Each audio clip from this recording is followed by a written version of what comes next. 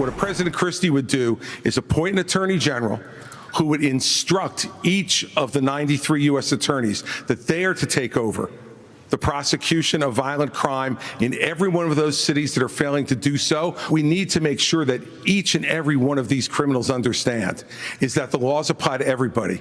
And when Hunter Biden fills out a fake application, a false application for a gun permit, and then you have a Justice Department that walks away from those charges, we're telling people that the law doesn't apply to everybody. In a Christie administration, he would go to jail for 10 years. Hey there, guys. Welcome to the channel. So I think by now we all know that Chris Christie basically hates President Donald Trump. And I'm of the belief, just my opinion, that whatever he's got going on is not out of some sense of patriotism or some sense of duty that he has. Whatever is going on with Chris Christie, I'm sure has got selfish and self-serving motivations. I don't have any doubt about that. And he's trying to affect the 2024 presidential election. I think we can all see that. He looks like he wants to be president. He's acting like he wants to be president, but he's smart enough to know he doesn't have a chance in hell at becoming president. But he does want to play spoiler. He does want to affect the 2024 presidential election. And you know what? He just did something that is absolutely going to affect that election, but not in the way that he wants to. So Chris Christie, he was on CNN, and he was asked about Hunter Biden and his legal situation.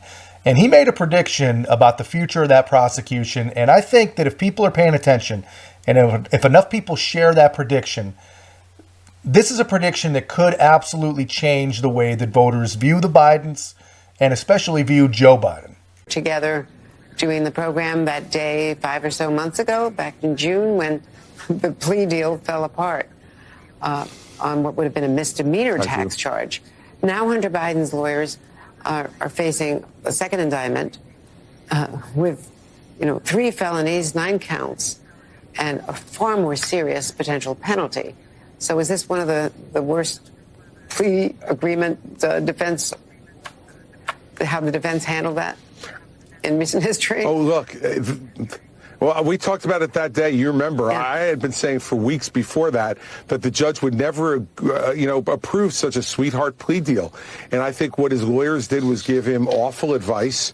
And I think what the prosecutors did was awful as well in terms of agreeing to a deal like that was so manifestly unjust. And so now he's facing what he should have been facing from the beginning, which were felony tax charges. When you involve millions of dollars in tax evasion, that is a felony. And the same thing with the felony gun charges. He faces these charges because the government has evidence beyond a reasonable doubt that he committed these crimes. And so he's now going to have to decide how the best way is to resolve these matters. I'm sure that he could negotiate a plea at this point, but it's not going to be the kind of sweetheart deal he got before. And my guess is that with the combination of the gun charges and the tax charges, that Hunter Biden is going to have to do time in jail. Which is really remarkable. Do you think that this could start during the campaign season, or would it be after the election, given all the pretrial discovery and everything else that has to happen? Yeah, so you guys see that. Let me know in the comments, why do you think that this is still going on? Honestly, personally, I don't really get it. The Democrats have been able to do whatever they please for years and years and years, for as long as I can remember. And really, it's only gotten worse during this administration. They have unconstitutionally neglected their duties on the border, and that hasn't hurt them. No one seems to care. They unconstitutionally, again, attempted to buy votes through their student loan forgiveness thing. That didn't hurt them. No one seemed to care. They were even allegedly involved in the worst act of eco-terrorism in the history of the world. And no one seems to care about that either. No one in the world seems to care about that. So you think out of all the horrible things that they could do and all the horrible things that they have done, the president pardoning his own drug addict son would literally be the least of their worries. And honestly, something that basically everyone could understand. The right would come out against it, conservatives would rail against it, but everyone could understand it, right? After all, that's been the media line on this whole shenanigans for months. This isn't about crime. Apparently, this is about a father's undying love for his drug-addled, degenerate son. So why not just plead and pardon and get the thing over with? Why continue to make a complete mockery and a joke out of the legal system? Because that's what they're doing. That's what they're doing. Hunter Biden didn't just neglect to pay his taxes.